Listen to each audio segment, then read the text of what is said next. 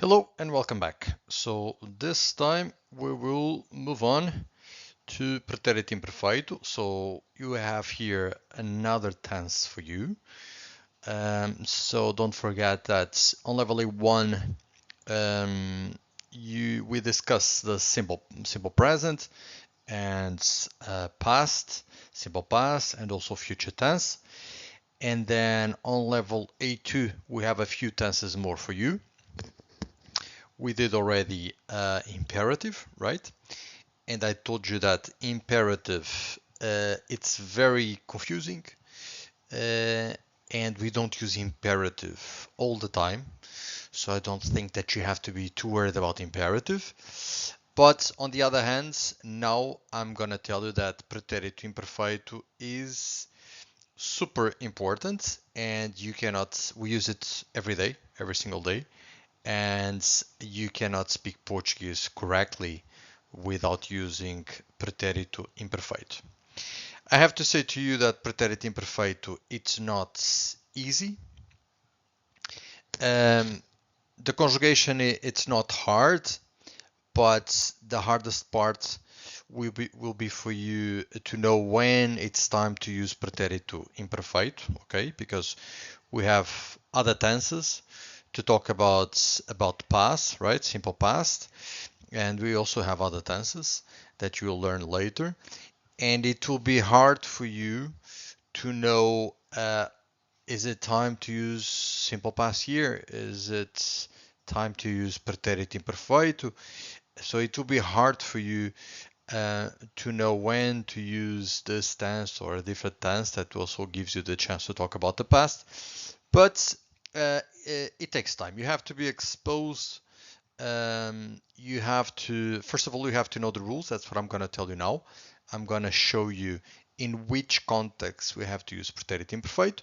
But just because I'm going to pass you that information now, it doesn't mean that you will be perfect with pretérito imperfeito, okay? So first of all, and hopefully today you'll get the big picture, and then you have to be exposed, you have to start speaking, you have to have someone to correct you. You have to have someone to tell you and to reinforce that that particular context is a context for pretérito imperfeito, and you just chill, okay? Just go with the flow.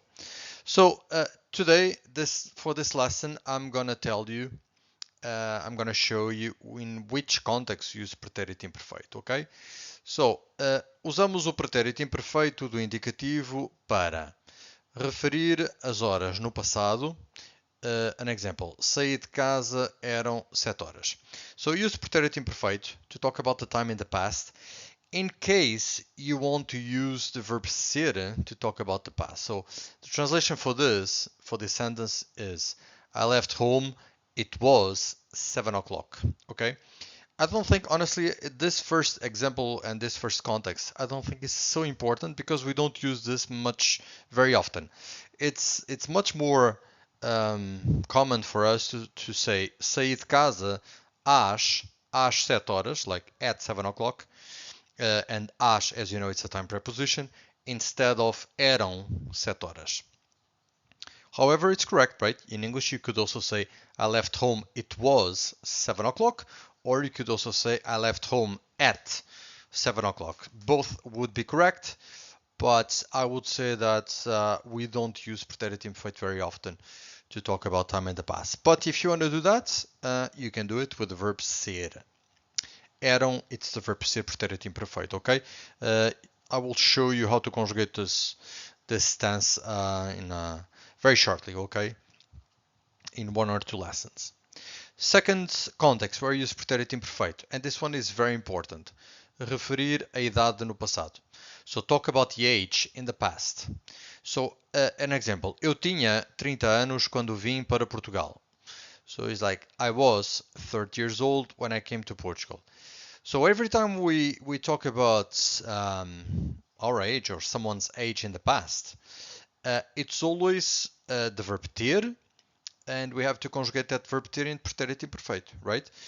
By the way, every time we talk about our age or someone's age, we use the verb ter, right? Even in present tense, I would say eu tenho 48 anos, right? So it's always the verb ter, and in English it would be the verb to be, right? You'd say I am 48 years old instead of I have 48 years old.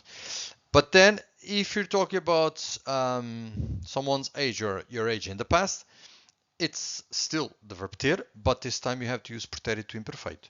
And we use this a lot, okay? So again, eu tinha 30 anos quando vim para Portugal, so I was 30 years old, or I had, but I had would be incorrect, right? In English would be I was 30 years old when I came to Portugal. Third context, referir aspecto frequentativo no passado. So, talk about a repeated action in the past. No passado, eu acordava sempre às 6 horas da manhã. So, in the past, I used to wake up always at 6 o'clock in the morning. So, every time you're talking about a repeated action in the past, like here, eu acordava, like I used to wake up. It didn't happen just once. I'm saying I used to wake up. It's a repeated action in the past. If that's the context that you are using, so you have to use pretérito imperfeito, okay? Then, number 4, referir uma ação habitual no passado por oposição ao presente. So talk about a repeated action in the past, and you will compare that a repeated action in the past with a repeated action in the present. An example, dantes means in the past, in the old days. Dantes, it's one of the connectors of pretérito imperfeito. So every time you say dantes or the word antigamente or dantes, they are pretty much the same, and they mean in the past, in the old days. Every time you use dantes or antigamente, the verb that comes after must be pretérito imperfeito. It's a rule, okay? So, dantes eu comia uma sandes ao jantar, mas agora como uma refeição quente completa. So, in the past, in the old days, I used to eat a sandwich for dinner, but now I eat a meal hot, a complete hot meal. So you're comparing something that you used to do in the past with something that you do in the present tense at the moment as a routine, okay? So that action that you are talking about that you used to do in the past, it's pretérito imperfeito. That action that you are describing where that you do it now in the present tense as a routine, it's present tense. Number 5, falar sobre as características de alguém que morreu. Talk about the features of someone who passed away. This is true. So if you talk about permanent features of someone who passed away, you're going to use pretérito imperfeito. But in fact, it doesn't have to be about someone who passed away. If I'm going to talk about my permanent features in the past, so I could say, antigamente ou dantes eu era tímido. I'm saying in the past, in the old days, I used to be shy. So I'm talking about my permanent features in the past. I'm still alive, obviously, but I'm still using pretérito imperfeito to describe those permanent features. A few examples more. Antigamente eu era gordo. Antigamente eu era tímido. Antigamente eu tinha cabelo. So all these descriptions are about me, but I'm describing myself, my permanent features in the past, so I'm using pretérito imperfeito.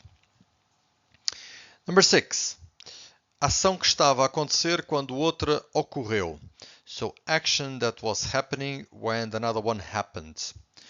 So this is like this. So you have two actions in the past. One was happening. An example. Yesterday I was watching TV. So this was happening, right? An ongoing action in the past. This was happening. When another thing happens. So again, yesterday I was watching TV when I saw Maria. So I was watching TV. This was happening when I saw Maria. Okay, so this first action that was happening, it's pretérito imperfeito. An example. Ontem eu via televisão, which means yesterday I was watching TV. Quando eu vi a Maria, when I saw Maria. So this action that was happening in the past, it's pretérito imperfeito. That second action that happened, like I saw Maria, that one is simple past. Okay. Number 7, forma delicada de pedir algo. This one is very simple. So it's a polite way to order something. In fact, you already know this. I told you this on Level-A1. So if you want to order things in a polite way, you could say, Bom dia, queria café, right? Queria, it's pretérito imperfeito. So as you can see here, when Portuguese people correct you, when they say, it's not queria, it's quero, it's rubbish. They're saying rubbish. They forgot the rules, okay?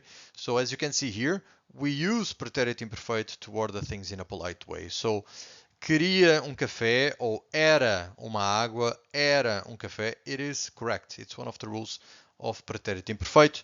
We use pretérito imperfeito, as you can see here, to order things in a polite way. Número 8.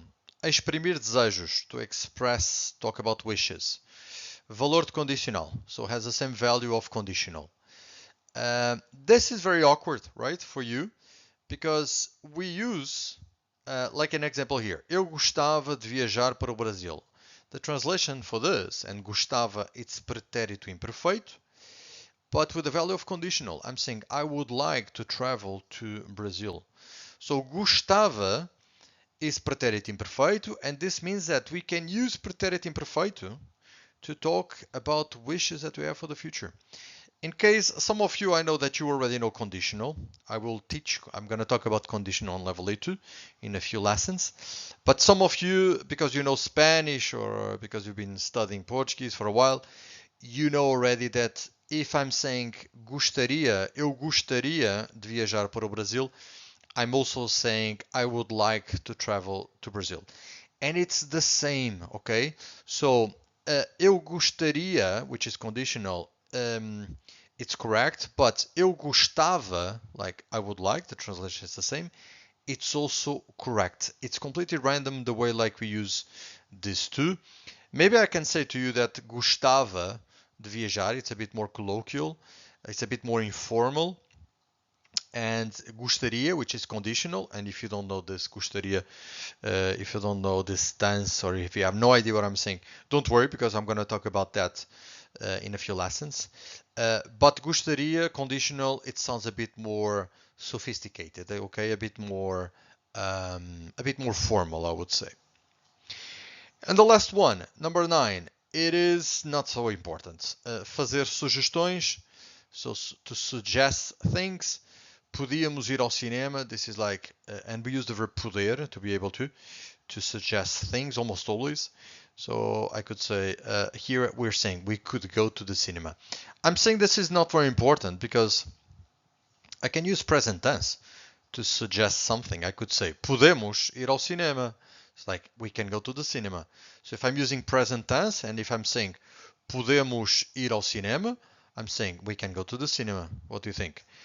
But if I'm using podíamos, it's like we could go to the cinema, okay? So it's a bit, I would say that if you use present tense and if you say we can go to the cinema, it sounds a bit more intense. And if you're saying we could, like podíamos ir ao cinema, it sounds softer, right? You're suggesting something, but it sounds softer if you say podíamos or if you say we could, it sounds a bit softer, okay?